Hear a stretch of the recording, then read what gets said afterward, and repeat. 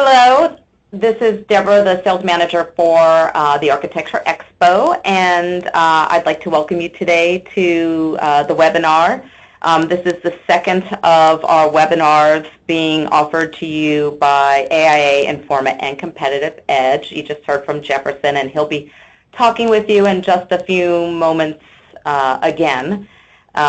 But we would like to remind you that this webinar is part of a much bigger program that we are offering exhibitors today, and we do hope that you take full advantage of this wonderful opportunity.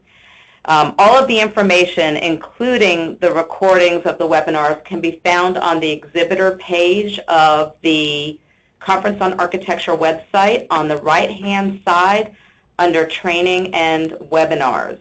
So once you click on Training and Webinars, you will find the new exhibitor onboarding web page. So today's presenter, as I said a moment ago, is Jefferson Davis, and he is the president of Competitive Edge. He's a trade show productivity expert, and he's very well known and respected in the industry. So we're really excited to have him spearheading this program. And so I guess we are ready to move forward, Jefferson. Looking forward to hearing what you have to say. All right. Thank you, Deb, and thank you to everybody who's on here. And I'm excited to be part of the AIA Informa Exhibitor Success Team. My background's pretty simple. I tease people. I don't know much, but I do know trade shows. I've been exhibiting at over 30 years, and like all of you on this webinar, have invested my own time and money to try to figure out how to make these things work. I'm as much of a student as I am a practitioner and a teacher. And what I've been on the hunt for since I launched Competitive Edge in 1991 is, what is the difference between two companies that go into a trade show like A'18? They have similar products, they have similar services, they have the same potential audience, same potential opportunity. And time after time, one of those booths is busy. Everything's working. The other booth, they're standing or sitting around watching the moving parade of life go by in the aisles. I've been on the hunt for what's the difference and how do we develop structured processes to really win the game of exhibiting. And I believe that today's topic of improving your brand visibility in the market and driving qualified booth traffic is one of the top 5 critical success factors. For most of you listening today, if you can get enough of the right attendees to your exhibit, you're going to win the game. And this is a big show. As of right now, there are 717 companies registered, and that number is probably going to continue rising. So the competition for attendees' time is fierce. So what we want to take you into today is a structured process that I've applied for my own company and my exhibiting clients, and we've been able to generate, now we're almost $800 million in results from shows. So I know this works, and I hope you'll listen carefully, do the exercises, and most importantly, apply what you learn. So let's get started here. I imagine that you're exhibiting at A'18 because you want to grow your business, right? You're not doing this to just make an expensive appearance. So Peter Drucker, one of America's foremost business gurus, said it very eloquently. He said, there's only really 2 things that drive revenue and growth. Number 1 is marketing, right? And number 2 is innovation. So we're going to really take a deep dive on the topic of marketing your participation in trade shows and bringing some innovation into how you market. He said everything else is an expense. So that's the name of the game. You know, a lot of us think, hey, if we just have a great product, if we just build a better mousetrap, everybody will come running to our door. It doesn't work like that anymore. There's too much clutter. There's too much noise. Products and services look too similar. So we've got to really put on our marketing cap and our innovation cap. And that's what I want to share with you today. And second, another one of my favorites, Jim Rohn, really boils marketing down into a very simple idea. He says, what's the key? What really makes your marketing work? And he said, number one, you got to have something good to say. Number two, you got to say it well. You have to articulate it in a way that cuts through the noise, cuts through the clutter, grabs the attention of your audience, and makes them put your company on their must-see list. Number three, he says you got to say it often. Once is never enough. And I'm going to add to Mr. Rohn's excellent comments here by saying you got to say it through multiple media. So let's launch our first poll of the day. I want to ask each of you on the webinar today, when you exhibit at a trade show, typically, how many media, different marketing media, do you use to promote your participation? The poll is live right now. Take a look on the screen, press the radio dial button that applies, and I'll give you a moment to do that, and I'll show the results.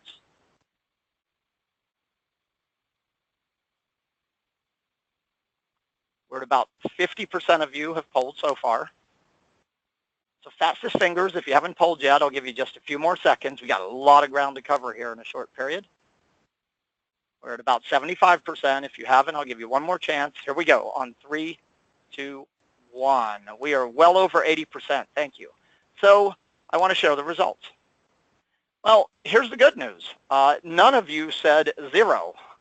I do versions of this webinar in about every industry you can imagine, and you'd be amazed at how many times 10, 20, 30% of the exhibitors say, we don't do anything, right? So congratulations, you're already in the top 30% of exhibitors and the fact that you're doing something, right? So no matter where you are on this scale, we're going to try to take you to the next level, okay? So the question is, how many media should we be using to promote our participation? I don't think there's like a set number that's the game changer. My thought is as many media as your budget, your time, and your skill set allow you to use. I would say the more, the merrier when it comes to really an integrated pre and at show marketing campaign. So let's keep moving on. Now, critical success factors. Remember earlier I said that this pre-marketing was one of the top 5. I want to give you those 5 because if you do these 5 things well, not only are you going to win at A'18, you'll win at every show you do. Okay, so the first one, defining your outcomes. Stephen Covey in 7 Habits of Highly Effective People said, habit number 2, begin with the end in mind. So you want to reach out 3, 6, 9 months after A'18, and you want to ask the question, what does success look like for us in the area of sales, in the area of marketing, in the area of customer relationship management? You want to define your outcomes. Then you want to convert those to goals, and you want to back them up with written action plans and take advantage of the many, many opportunities that A'18 is going to present. Today, what we're going to really deep dive on is what I like to call selective attraction. So we're going to walk you through defining who is your target visitor. What is your value proposition? How are you going to get in their mind and on their agenda? And what media are you going to use so you get enough of the right people? Number 3, the visitor experience. So we're talking about your booth. We're talking about how you're displaying, showing, presenting your products or services. We're talking about your staff. We want to make sure those 3 things are synchronized, harmonized to deliver a quality visitor experience. It gets that visitor to commit to a clear next action. Number 4, lead management. So you got to think about, what does a qualified lead look like for you? What information do you need to capture? How are you going to integrate that into your capture device and train your booth staff, right, to ask more questions, capture more information, and follow up? Number 5, measurement and learning.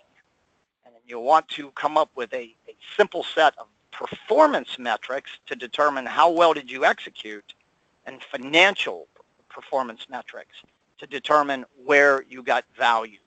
And at the end of the show, you should walk away with at least 3 specific lessons that will make you even better at your next show. So here's the promise. You do these 5 things well, you're going to win at A'18. Neglect any one, any combination of these, your results are going to be limited. So let's talk about this whole thing of pre-marketing your exhibit. I think that one of the biggest reasons we have to do this, beyond how competitive it is, there's 717 exhibiting companies at this moment that are competing for the time and attention of the attendees. I think equally important is that attendee behaviors over the last several years have changed radically. And most exhibitors are not aware of these changes and have not adapted their exhibiting strategy.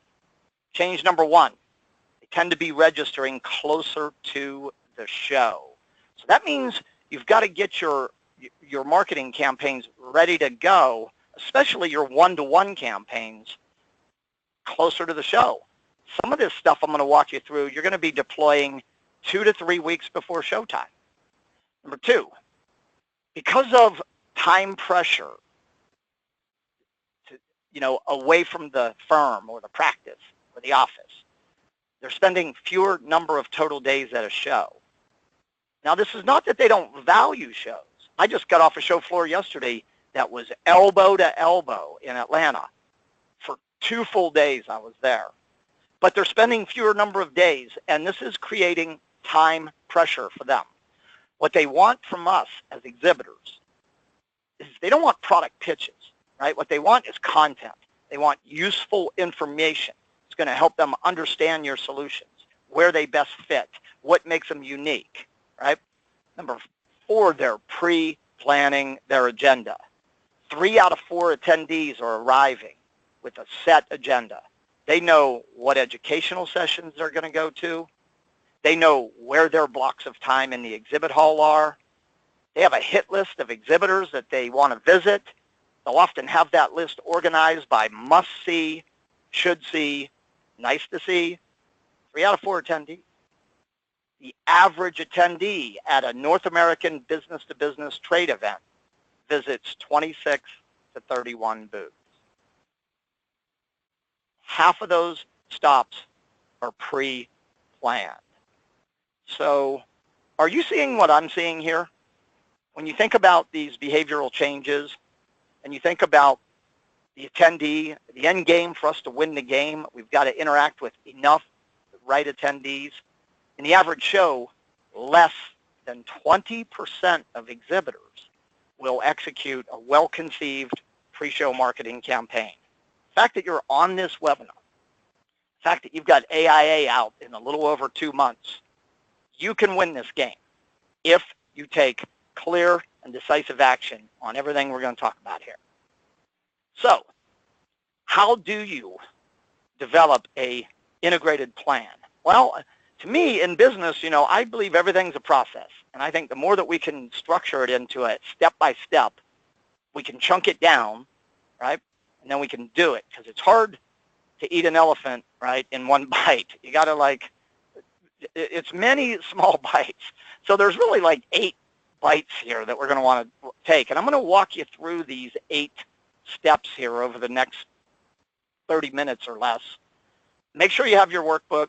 Make sure you have a pen. Make sure you have a calculator. I'm going to ask you to do some things to get you started in this webinar.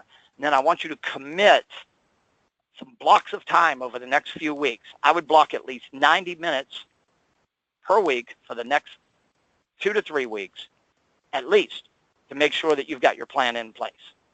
Build your plan, then execute. So let's go. Step number 1. It all begins with your reasons for exhibiting. So here's what I want you to do right now, everybody on this webinar. I want you to jot down in your workbook your top 3 reasons for exhibiting.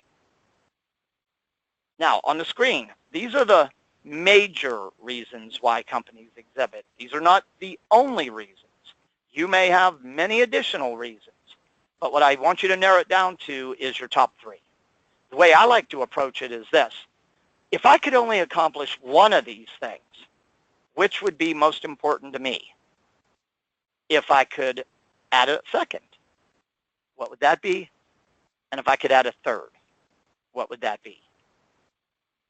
If you can go into the show with 3 reasons that are converted to goals, backed up with written action plans, you will be in the top 10% of exhibitors in A'18.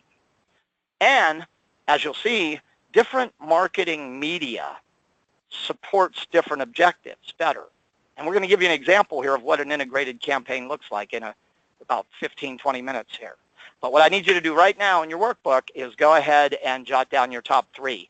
And by the way, if you would be so kind as to send those, go to your question queue and just type in, go 1, 2, 3. I'd love to hear as a group, because I think that can help me tailor my content as we work through this, if I get an understanding of, as a group, what your top 3 exhibiting objectives are. So go ahead and do that now. Go to your question queue, type your top 3.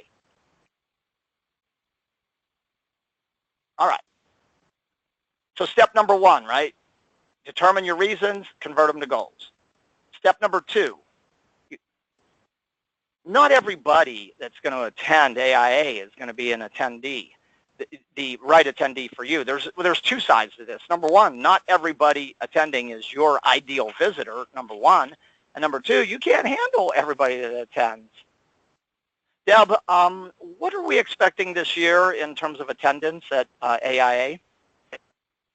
As of right now, well over 23,000. 23,000 attendees. Yeah, That's we've broken all records right now for attendee registration. Awesome. Yeah. So, so here's the thing. The challenge for each of you on this webinar, knowing that there's going to be 23,000 attendees, and I'm going to help you calculate in a moment how many you can handle, is you've got to get crystal clear on your, what I call your ideal visitor profile. Okay. And you'll notice on the screen here in terms of the types of attendees, and you'll notice the percentages: principal partners, architects, specifiers, consultants, engineers, contractors, who.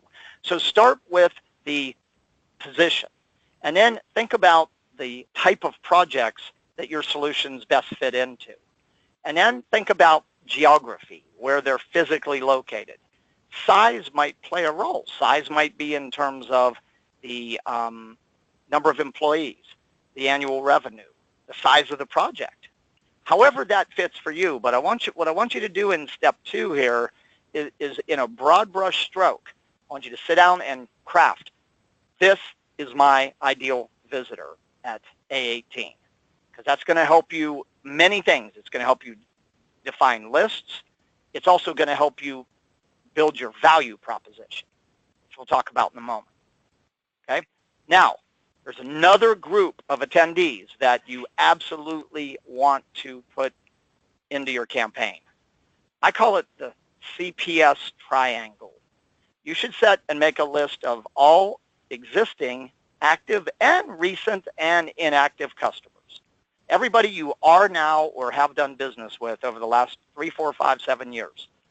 Invite them to the show. Right? Customers.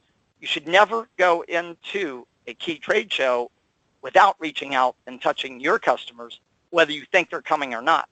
Sometimes I'll have exhibitors tell me, Jefferson, I don't want to invite my customers to the show. And I ask them, why not? They go, duh, my competitors are going to be there. Well, here's the thing. Write this down. Attendees are using trade shows to revalidate existing buying relationships. My rule is you should never go into a key industry event like A'18 without reaching out and touching your customers. You know why? Competition's knocking at the door really hard right now. So start with your customers. You can see there's 4 different reasons for getting them to the show, into your booth. Relationship management, probing for additional opportunity, keeping your ears to the ground for change, and advocacy, clients who love you. Now, if you want to know where the quick cash flow from trade shows is hiding, it's right here in green.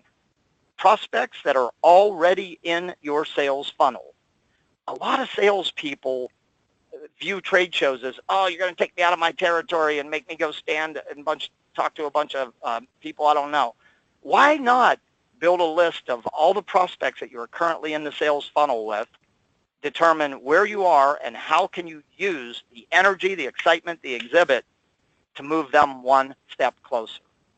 And the third group is your suspects or your profile matches. So ideally, your list will have a balance of these three types. And what I like to do is work with my sales managers and have them submit a list. Ask all of my business development salespeople going to the show to build a list, to set a specific outcome for each name on the list, and to have 3 contacts with them before they get to the show, ideally through multiple media, trying to get either a confirmed appointment or a verbal commitment to meet. And what I like to do to jumpstart this program is put a contest in play, saying the dealer, the distributor, the sales rep, who gets the highest percentage of their CPS list show and to our booth wins X. And I'll get them competing to see who can get the most. And I tell you what this will do too is that you'll have a really motivated booth staff, because why? They're going to have a lot of high-value interactions set up at the show. So I call this the CPS campaign. Share this with your sales team and run it. It's a game changer. All right, I want to ask you a second poll question here. I imagine that most of you probably exhibit at multiple trade shows, and most shows will make some form of an attendee list available. So what I want to ask you is, do you acquire, rent, and do you use pre-registered attendee lists? Yes or no? And I'll give you just a moment to complete the poll.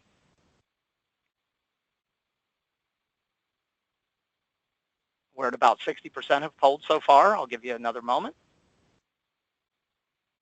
75% on 3, 2, 1. I would like to share the results. This is a good way for you to see what your colleagues are doing. So 28% of you are in the yes, 48% of you go, we don't use them, 25% were in the sometimes range. Okay, so that leads me to a topic in building your visitor lists. What are the best list sources? Numero uno, the pre-registered attendee list. Why? They've pre-registered. Why? They plan on coming. Why? You have access to the mailing information on them. Why would you not get that list? Okay. Next is previous or post-show attendee lists. The average attendee only goes to 2 shows a year, and they're pretty loyal about which 2 shows they go to. So when you can acquire either the previous list from last year or you exhibit and you get the post-show list, killer source. Number 3, your database, the CPS model I discussed. People that visited your booth at similar or related shows and that fit this audience. Anybody who's inquired into your company, product, services over the last 3 to 6, 9 months. If you work through dealers, distributors, resellers, work that. Trade publication readership lists. So what you want to do here is identify your list sources. Okay? What list sources are you going to use internally that you already have and externally that you can acquire? Okay? All right, grab your calculator here. We're going to move into step number 3. I'm going to answer one of the major questions that will virtually guarantee your success. Trade shows are about face and next. You have a limited or a finite amount of capacity for interaction. I think you need to know what that is, right? So let's do this together. Okay, so A'18 has 16 exhibiting hours. That is your playing field. That does not include the golden hours, right, in the morning, and it doesn't include the entertaining hours in the evening. I want you to win the game from your exhibit. Anything that happens outside of the exhibit is the icing on the cake. Now, listen carefully to this next question. How many people are going to be standing in your booth for the purpose of talking to visitors? On average, over those 16 hours. Staffing rule of thumb is 50 square feet per staffer. Don't overstaff, don't understaff. Okay, so now you have 32 staff hours. That is your interaction capacity. Okay, now listen carefully to this next question. If you're standing in the booth, looking like you want to talk to people. Is it possible? Is it realistic that on an average hour, you could talk to 3 attendees? What about 4? What about 5? I want you to pick a number between 3 and 5. 3 is conservative, 4 is moderate, 5 is maybe aggressive. Pick one of those numbers, and you have what I call your magic number. In this example, if you're playing the game conservatively, you have the capacity for 96 face-to-face, one-to-one interactions. If you're playing it aggressive, 160. If you don't like the number, change the variables. Can you change the number of hours in the show? No. Can you change the number of booth staff? Maybe. Don't overstaff. Can you change the number of interactions per hour per staffer? Yeah. With good pre-marketing, with a well-designed exhibit, and a well-trained staff who knows how to efficiently and effectively manage interactions. So I want you to calculate your exhibit interaction capacity, and I would love to see that number from a few of you who are on the webinar with me. So go ahead and go to your question queue and just send that number in. I want to see what that looks like. Here's what's exciting about this formula. For you to win the game, if you get 96 of the right people to your booth, you're going to win the game. If you get 160, you're going to win the game. A'18 is going to have about 23,000 attendees.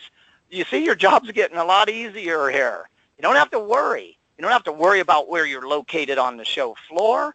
All you got to do is figure out how much is enough, who are the right people, get in their mind, get on the agenda before they get to the show, win the game before kickoff. Now, how big do you want to make your list?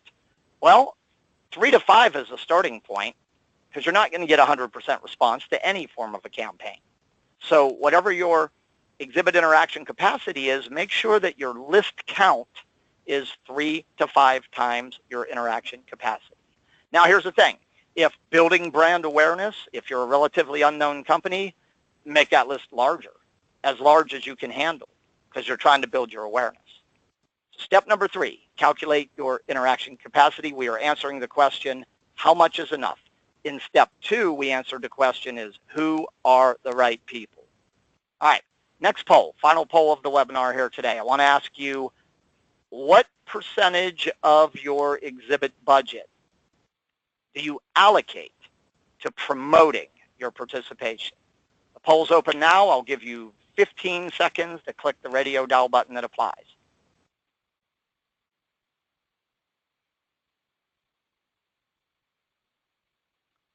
Okay, we're at about 40%. You just got a few more seconds here. If you haven't polled yet, go ahead and do this. This is a behavioral poll, and you'll see where I'm going with this when I show you this next slide. I'll give you a few more seconds on 3, on 2, on 1. Let me share the results. 19% of you said that you don't allocate anything. The bulk of you were in the 1 to 5% range. So that raises a really important question. How much should you allocate? Well, I've always believed that if you want to be successful, find out what the average or the unsuccessful person's doing and do better than that. Don't do that, right? So here we go. Here's the latest research on where the dollar goes. This is the 2017 CEIR study. You will notice that the average exhibitor allocates 14% of their budget toward advertising and promoting their participation. That's the average, right? This is according to the research. It's the average. So I want you to do a quick exercise here. Step number 4, make sure that you have it enough in this budget because of all the things it's going to determine. It's going to come down to, do you get enough of the right people to your booth? So let me walk you through how to think about this. So the budgeting rule of thumb is floor space cost times 3 to 5. When you're in a city like New York or Philadelphia or, the more desirable but also more expensive cities, right? We recommend you budget floor space times 5. So in our example here, this is a single space exhibitor, $43.50 space cost, using the ×5 rule, total show investment around $22,000. They're going to earmark at least, write this down, at least 15%. A little better than the average. Okay? Therefore, you will have a exhibit marketing budget of around $3,200, $3,300. Now, there are times when you want to go higher than 15%. Big show, little booth, not too crazy about where you're located. The show and the attendees are a perfect match for you. Allocate more. I've had clients go as high as 25% of their budget to driving the right people to the show and to their booth. And they have had some incredibly successful events. You see, many of you say, Jefferson, I hear you, but it's my boss. Well, here's what I would show your boss. You see all these areas where the dollar goes? Space, design, transportation. I can make an accurate prediction here. If you get enough of the right attendees to your booth, all of these will end up as an investment. I can also give you a warning. If you don't get enough of the right people to your booth, all these areas will end up as an expense. So how do we want to play this? Make an expensive appearance, make a profitable investment. I think you're with me today because you're looking for the profitable investment. So maybe you need to show this to your boss and say, hey, I was on this webinar today, listening to this trade show, productivity experts, and of all the things that really make success, it's going to come down to our ability to get enough of the right people to our booth. All right. Step 5, we're cranking through this. We've only got about 12 minutes to go, and I think we're tracking okay. Okay, it's one thing to pre-market, to say, going to A'18, visit booth 2434. It's another thing to do it well. Okay, so you've got to think about your content, your messaging. Job 1, grab attention. 3 power strategies for trade shows. New is a magnet. One of the #1 reasons attendees come to shows and hit the exhibit hall is to see what and who's new. If you are new as a company, or if you've got a new product or service, scream it from the top of the mountain. They'll come running to your booth. Number 2, problematic. What situations might someone be experiencing that would make them think about your solution? Dangle the situations.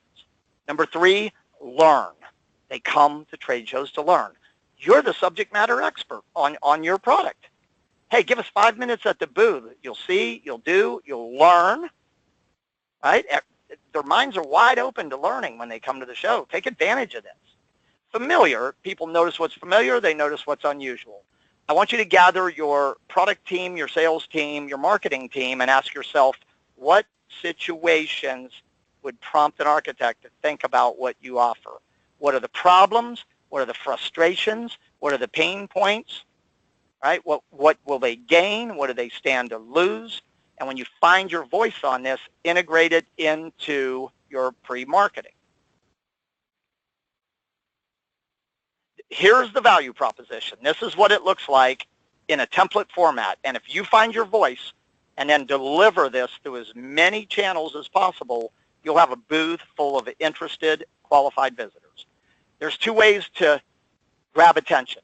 Dangle the problem. Hey, tired of this, worried about that, struggling with this, concerned about this, angry about that. Question, drop in the problem. Opportunity, interested in, curious about, want to learn more about. You can use both of these, and you can also alternate them. Give us 5 minutes at A'18, booth number. See, do, learn, and oh, by the way, we got something cool waiting for you at the booth. That's the value proposition. You're going to have to get your team together and find your voice on this, but when you do, you're going to have the hook. The complete value proposition is right in this template. Okay, so take it, plug and play. All right, number 6. Remember, we're 8 steps. We got 2 to go. Okay, so now what have you done? You've defined your exhibiting goals. You've defined your target visitor. You've run your exhibit interaction capacity. You've built your lists. And you've identified your value prop.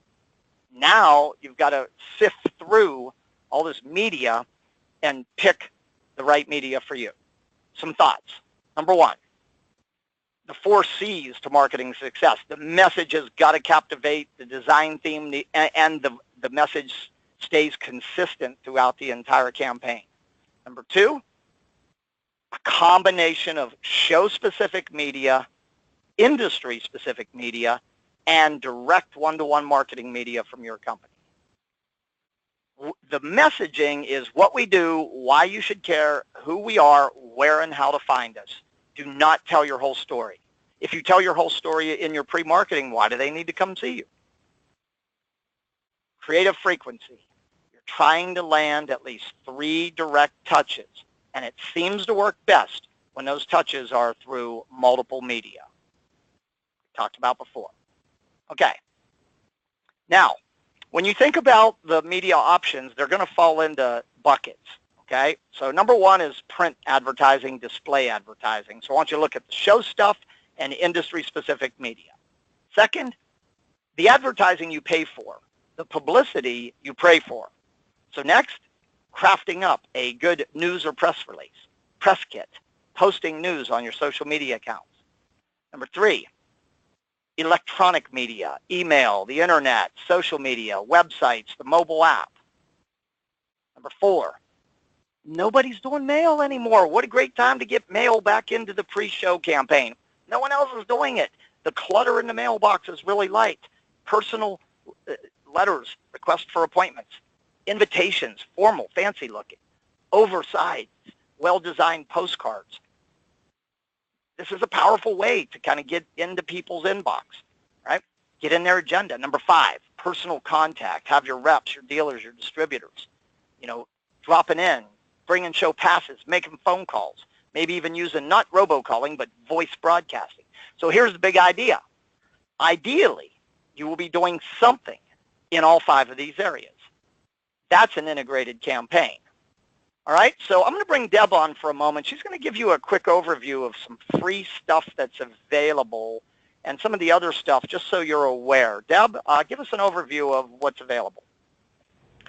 So we actually have quite a few free exhibitor marketing opportunities with the show. Some we've had in place for ever, and some are new. One of the things that we have that's available to every exhibitor is the show logos and graphics that identify your company as an official exhibitor. And that's something that you can find on the exhibitor page of the website, and it's under complimentary tools. You can click on that and find all kinds of interesting information on how to use the logos and where to place them, how to place them, so that when you have visitors to your website, they can see, oh, wow, they're going to be at the show. I need to make sure I go by and see them. So under promotions and sponsorships, you'll find those complimentary tools. And then we've also got another great thing, and we do this every year as well. We have the complimentary Expo Pass. That is something that you can offer to anyone that is a potential client, anybody who is an existing client. It's valued at $60, and you can send that out to as many people as you'd like. The more the better for us, the more the better for you as well. So definitely take advantage of that. We do have that available to you under the complimentary tools as well. We also have your company description and contact information in the program, the booth, on the mobile app, on the website, and that's all free. But what we have this year that's new, and it won't apply to all of you, but hopefully enough of you can find a way to utilize it. We are now offering a complimentary new product promotion. It is a 2-part opportunity. The first part of it is free for anybody who has a new product that is within 6 months of the dates of the show, and it's promoted in the mobile app. And then I'll talk in a minute more about the other half of it. But also AIA is constantly posting on LinkedIn and Facebook and Twitter, and sharing those posts are a great way as well to make sure that your existing and potential clients know that you will be at that show and they need to come by and see you. So the other half of the opportunities that we offer to exhibitors is, of course, our paid sponsorships. We have some very cost-efficient and cost-effective sponsorship opportunities that will increase your reach and help you to take your brand outside of your booth, which will also help to increase your leads. One of them is a total no-brainer. Some of you may have seen it even when you registered for when you contracted for the show online. It's the upgraded booth profile. The great thing about the upgraded online booth profile is that something Jefferson touched on just a minute ago is you have the opportunity there to include 2 PR releases. So you can include that and 1 video for the cost of the online booth profile. Those press releases are key. So doing the upgraded profile, if you didn't even do anything else, the press releases are worth the cost. Also, as a reminder, make sure for all of you that you are updating your booth profile, your regular profile, whether it's just the regular profile that's given to you as a participant in the show or the upgraded one. I would take a moment if I were you to go into the portal and make sure that your profile looks the way you want it to for the attendees to see it. Another thing that Jefferson hit on that is a great opportunity and, again, very cost efficient is that pre-registered attendee mailing list. You do not get the list. It is sent to a third-party mailing house, but it is a list of pre-registered attendees, and it's a great way to send out a postcard to keep it cost efficient again, to give your basic elevator pitch to attendees that you know will be attending the show. A one-page or a postcard just saying, you know, what you're going to be there for, what products will be in the booth, what your category is at the show, so that they know right away whether or not they need to put you on that list, and of course your booth number. Next, the new product launch upgrade. So we've got that free portion of the new product promotion that we are offering to anybody who does have a new product for the show. We also have an additional opportunity for you to upgrade that, and that is a paid sponsorship. And it's a great opportunity for you to get your name out in a new product email that will be going out to all registered attendees. Your booth is highlighted on the floor plan. Your new product is featured in the new product category on the mobile app. It's a great way to make sure that you can heighten the excitement of something you're already excited about showing attendees at the show. And then finally, another great lead generator, it's kind of an old faithful that we do have some still available, is the booth-to-booth traffic driver. And I'm sure you're all familiar with that, so I'm not going to get too deep into it. But sponsorship-wise, another really cool thing that we're doing this year that I just want to touch on quickly is the pop-up happy hour. So in the past, I'm sure you're all familiar with the traditional happy hours that are done either in the booth or right next to your booth. This year, we are doing something a little different. We are creating kind of a late afternoon, evening happy hour buzz on the show floor where we're going to have bars that pop up around the floor all at the same time, hopefully not too close to your booth, so that, again, it's pulling your brand, pulling your information away from your booth, so you have more of an opportunity to reach attendees. There's no tickets involved. They just walk up to the booth. There will be signage that says that your the bar is sponsored by you, and we will be collecting leads. Every badge will be scanned by the bartenders so that you have those leads that you can use again post-show to reach out to anybody who attended the pop-up happy hour. They are going to be all over the floor at a certain time in the afternoon on both days, and we do have availability on both floors as of right now. Everything else is also included in the sponsorship brochure. You can find that again on the exhibitor page of the website.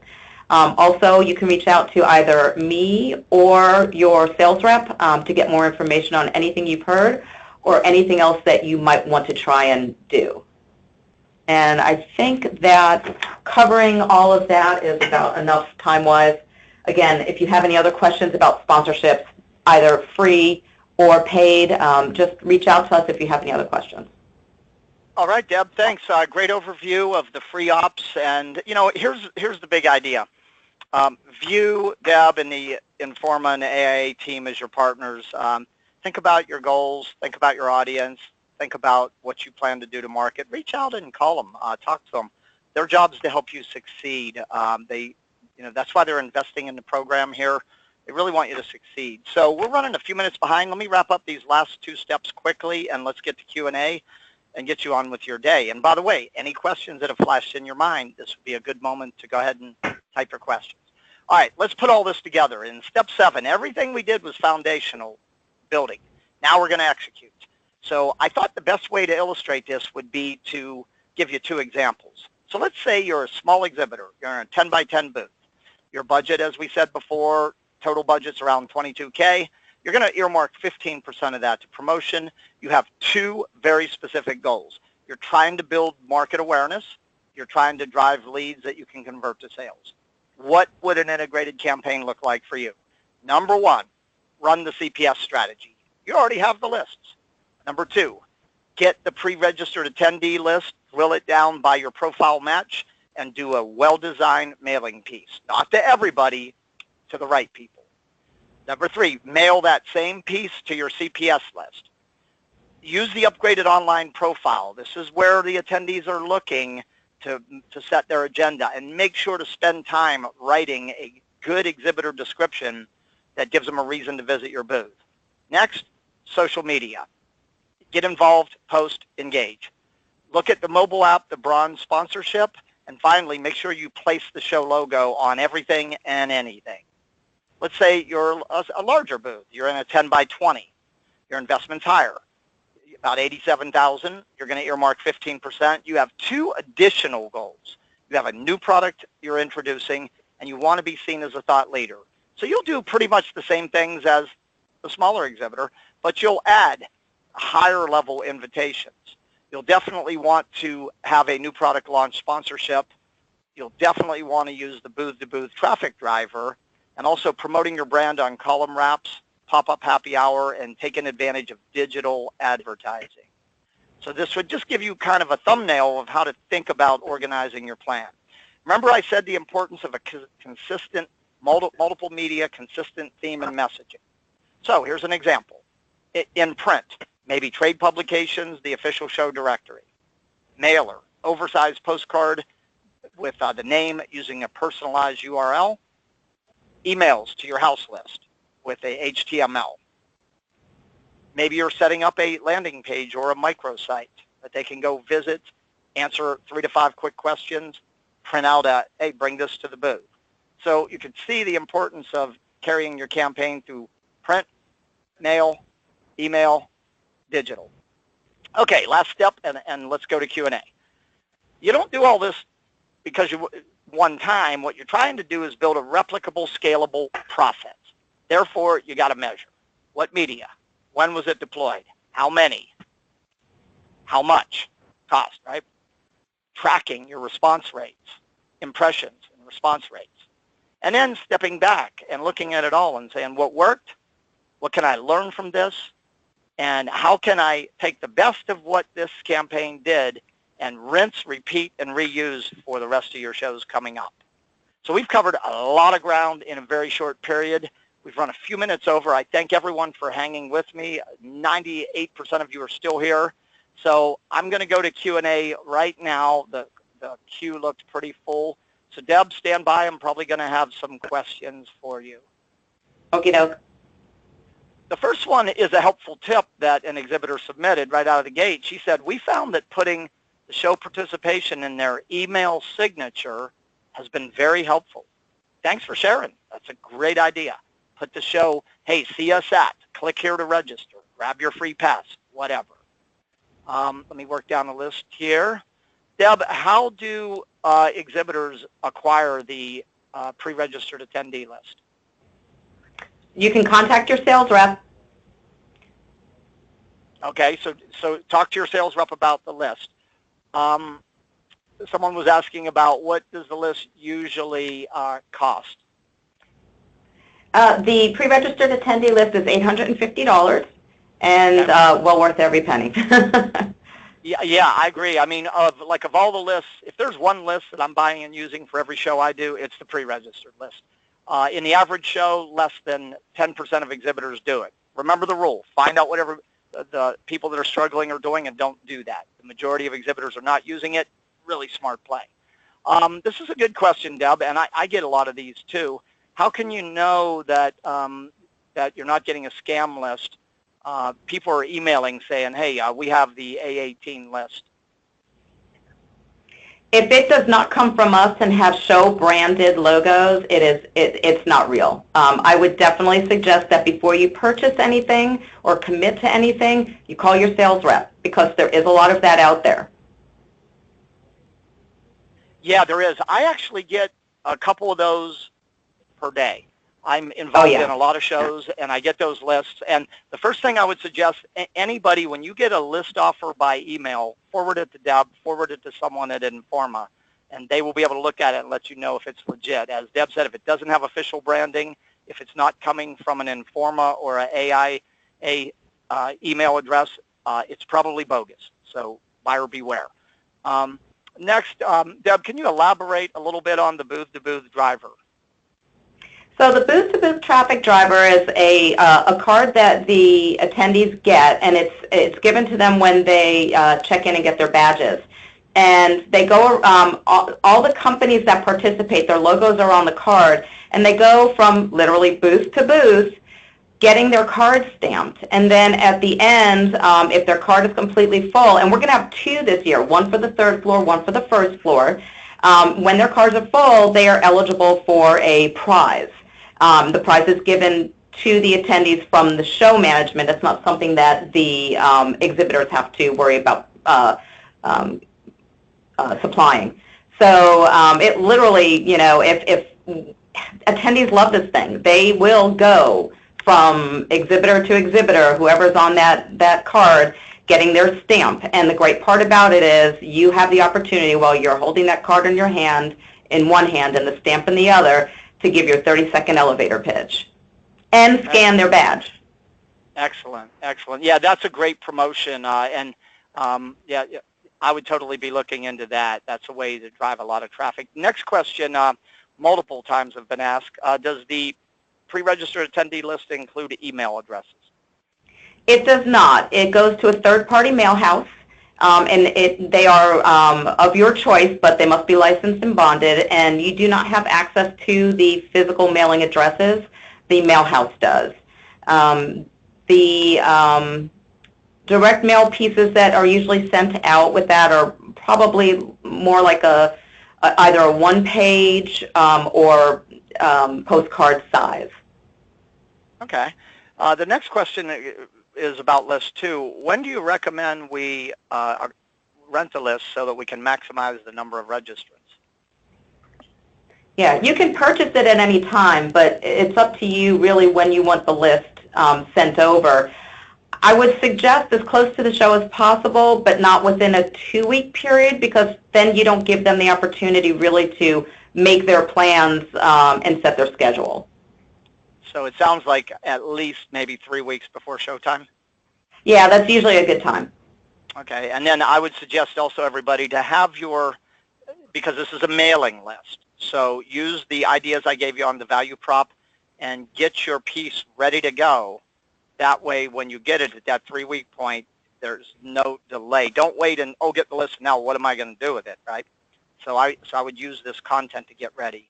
Let me see. I think that is all we're seeing. Let me see if I've missed anything. Yeah, Deb, what's the cost for an upgraded package? An upgraded booth profile, or yeah. An upgraded booth profile is $500. And that's a smart play too. And give careful thought to how you write your exhibitor listing. In fact, the value proposition formula that I gave you works really well in exhibitor listings. Too often, when I read exhibitor listings, they read like a mission statement that was copied and pasted off a website. And the thing for everybody to think about is that what do you want somebody to do when they read your listing? You want them to put you on their agenda.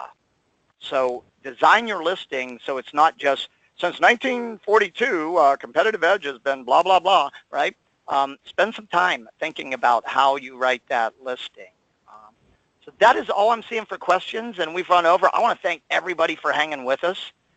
We have recorded this webinar. It'll be uploaded probably early next week. If not, I don't know if you'll be able to get it up tomorrow, but it'll be up within a few days. And on behalf of everyone at my company, Competitive Edge, it's been an honor to spend this time with you. Deb, back to you. Any closing comments from Informa AIA?